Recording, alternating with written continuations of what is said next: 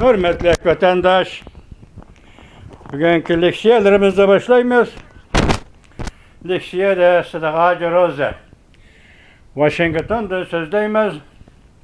Bugünkü ıslah 2022 yıl 12. ayının 29. günü hürmetli vatandaş. Bugünkü hem vaziyetke asasen muhakeme sebebi bugün yetip kelgen haberde, Amerika avazı kelgen haberde bir parça haberde bizge hesapta Cuma günü de yani 30. günü de Rusya Federasyası'nın prezidenti Vladimir Putin bilen Cumhuriyet Halk Cumhuriyeti'nin reisi Xi Jinping ekran söhbet yığını ötküzüdüken şu haberini bugün birinci olup yani maşan şimdi gördüm. Eçipla Amerika avazdı bu haberden yetip gelgenliğini gördüm vatandaş. Bugün muşun hem silahı vaziyet hep tapşırımız hem hazır muşunun muhakeme kılımız silahıyla. Haberini mındak anlamına leksiyeri Sıdık Roza Washington'da sözdeyimiz.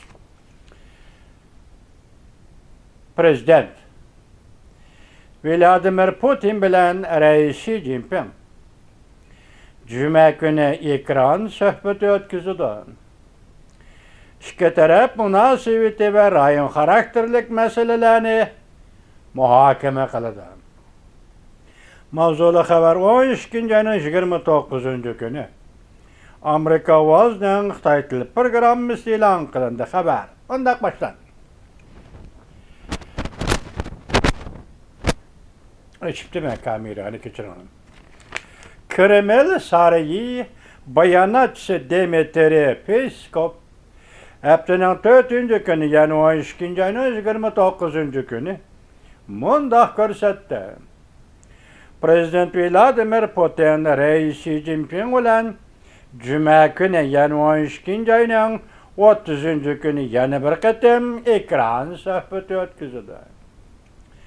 İki taraf münasebeti ve rayon karakterlik meselelerini muhakeme kılıdı. İki taraf münasebeti, Rusya-Cumhur münasebeti ve rayon karakterlik meselelerini biz kaçan da o vakta leksiyemizi silahı etkan edik.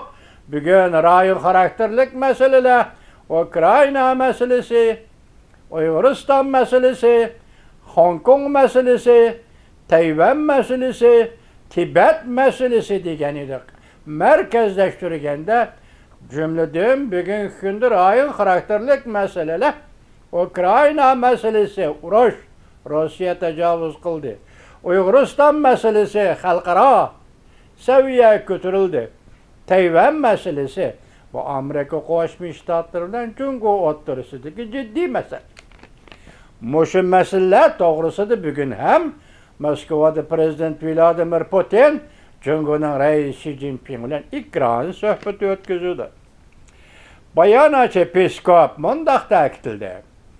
İki taraf aldı bilen Rusya bilen Cumhur'un koş taraflık münasebetini sohbetleşti. İki taraf aldı bilen Cumhur bilen Rusya'nın koş taraflık münasebetini sohbetleşti. Bugünkü münasebet mi? Tarihteki münasebet mi? 20. asırın 40. yıllardaki diplomatik münasebetlerimi ve şu günden başlanıp kilovatkan hazırgıça. Hatta Rusya'nın Oktyabr inkılabıdan başlap Lenin Stalin devirden tatip, hatta Çar Rusya devirden tatip, Cumhur yaka Mençin hükümeti bilen Çar Rusya hükümeti oturusundaki tarihi meseleler. Uygurustan meselesi. Kolpakovski'nin ili ülkesi besibelişi, tecavüz kılıp kerişi, Yakup Begül'e uruş kılışı, Birinci Dünya Uruşu mezgilideki Çar Rusya'nın Uygurustan siyaseti, İkinci Dünya Uruşu devirdeki Rusya, Lenin Stalin Rusya'sının Uygurustan meselesi, Uygurustan doğrusundaki taşkın siyaseti, Japonya'ya münasebetlik taşkın siyaseti, Ulu Okyan uruşu münasebetlik Rusya'nın Uyguristan'da merkez kılgan taşkın siyaseti, Gomindan Xitayları, Mao Zedong Xitayları devirdi ki, imzalangan şartnamada Muşu mesele Rusya, Cungo iki tarafın münasebet tarihi. Ve şu münasebetini, koş taraflik münasebetini bu kadar muhakeme kılıdı deydi. Şundaqda bu muhakemede men sözlep ötken muşu mezmunlar bağ mı yok mu? Reis Xi Jinping. Bağ mı yok mu Prezident Vladimir Putin? Qarsak vaziyet şu derecede. Çünkü bugün Uyg'uriston meselesi xalqarada gavdilendi. Münasebetlik taraflar buna cevap qaytarish kerak. Bugün Ukrayna urush meydaniga aylandı. Münasebetlik taraflar buna cevap qaytarish kerak. Ukrayna Cungudek, Ukrayna Rossiyadek. Taraflar cevap qaytarish kerak. Mana mushular rayon xarakterlik masalalar bo'ldi. Reuters agentligi payshanba kuni mundaq ko'rsatdi. Bayonotchi Peskov to'liqlab turib mundaq dedi. Albatta, texmi ko'p jiddiy rayon xarakterlik masalalar bo'yicha fikr almashtirish bu intayin muhim. Cümleden Rossiyaga ve Cungo'ga texmi muhim bo'lgan masalalar bo'yicha fikr almashtirish texmi muhim. Endi aydınlaştırma vatandaş. Rossiyaga münasebetlik meseleler nima? Ukrayna, Uyg'uriston meselesi. Tayvan bilan ancha chatig'i yo'q Rossiyaning. Ukrayna, Uyg'uriston meselesi. Cungo'ga münasebetlik muhim meseleler nima? Tayvan meselesi, Uyg'uriston meselesi. Rossiya Tayvan meselesi qiziqmasa Rossiya oldiga Cungo qo'yadi bu meseleni. Müşahede münasebetlik noktayı nazardan aytganda yig'inchoqlasak Rossiyaga münasebetlik mesele Uyg'uriston meselesi, Cungo'ga münasebetlik mesele Uyg'uriston meselesi, bugungi Uyg'uristonda soyqirım meselesi xalqaro ko'tarilganligi hatta 11 ayının 1-2 kuni Birleşken Devletler Teşkilatı'nın Milletler Komitetiga kirganligi. Dikkat Cungo'liq apandilar, bu bir signal. Bu sizlarga berilgan bir signal. Bugun shundoq signallar asosini sizlarcha ikki davlat munosabatlik, ikki davlat ekran suhbatiga o'ltadinglar. Vaziyat shu. Bo'lmasa men bir savol qo'yib baqaychi. 9 ayning 16-15 kuni Samarqand ko'rishdingiz.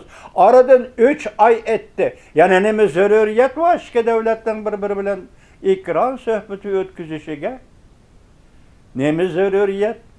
Nima xalqaro besim bor? Bu yerda xalqaro besim deganda ochiq aytayli Amerika Qo'shma Shtatlarining besimi, qaysi xarakterlik besim, nimani talab qilgan besim, qanday asosda sizlarga kelayotgan besim.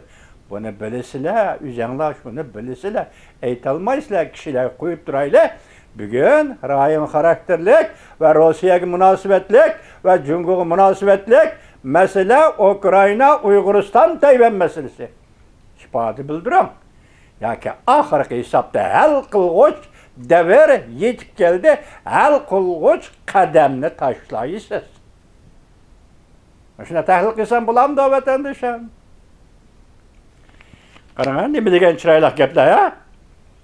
Masalan, albatta texmi ko'p jiddiy rayon xarakterlik masalalar bo'yicha fikr almashtirish bu intayin muhim. Rossiya bilan Cungo o'tirisida. Jumladan Rossiyaga va Cungo'ga texmi muhim bo'lgan masalalar bo'yicha fikr almashtirish texmi muhim. Yetib kelibdimi vatandosh? Bizning degan, sizning degan yeringiz kelibdimi hozir ishlar? Shunda qo'ylavering deyman. O'tgan hafta Prezident Vladimir Putin, sobiq prezident, hozir Rossiya Davlat bexatarlik komitetining raisi Dmitriy Medvedevni Beijingni ziyorat qilishga vatdi. Medvedev bo'lsa Rais Xi Jinpingga Prezident Vladimir Putinning xususiy pushturini elib keldi. Ya'ni Prezident Vladimir Putinning Rais Xi Jinpingga yozgan maxfiy xatini elib keldi. Shundaqli Cungo'ning Tashqi ishlar ministri Wang Yi, Amerika Qo'shma Shtatlari davlat ishlar kotibi Antony Blinken bilan Ukraina vaziyatini muhokama qildi. Nuqul Ukraina vaziyatini masalan Medvedev Sabık prezident Medvedev Beijing keldi, reis Xi Jinping'le görüşte bir parça xat tapşırdı. Mesele şu derecede zor, mesele şu derece ciddi turvatqanda, Cumhuriyet'in Tashqi ishlar ministri Amerika Qo'shma Shtatlarining davlat ishlar katibi Antony Blinkenga telefon berib, suhbatlashib, faqat yolg'izla Ukraina masalasi to'g'risida to'xtalandigandi. Masalan, sizning Ukraina masalasi to'g'risida to'xtalib salmog'ingiz qanchalik? Meydaningiz qanchalik? Sizning Ukraina masalasiga tutgan pozitsiyangiz bilan belgilanadi. Bu bir yilga yaqin vaqt ichida Jungo Kompartiyasi siz Ukraina masalasiga qanday muomala qildingiz? Xalqqa olamga oyat. Mushundaq turug'liq, ya'ni bunda passiv faoliyatda turug'liq, siz telefon berib, Amerika Qo'shma Shtatlarining davlat ishlar katibi Antony Blinken bilan Ukraina masalasi so'zlashdim desangiz, bunaqa ishongir bo'lamdi o'g'li efendim. Bu yerda boshqa gap bor. Bu yerda so'zlashgan gap boshqa gap. Diplomatiya sizning buni e'lon qilishingiz yo'l qo'ymaydi. Çünkü vaqt ketmagan, vaqt kelmagan, pishib yetilmagan yoki pishib yetilsa-mu vaqtni kutib turayotgan masalalar şu vaqt kelmagicha oldin e'lon qilinmaydi. Minister Wang Yi efendi, bugun biz buni shunday tahlil qildik.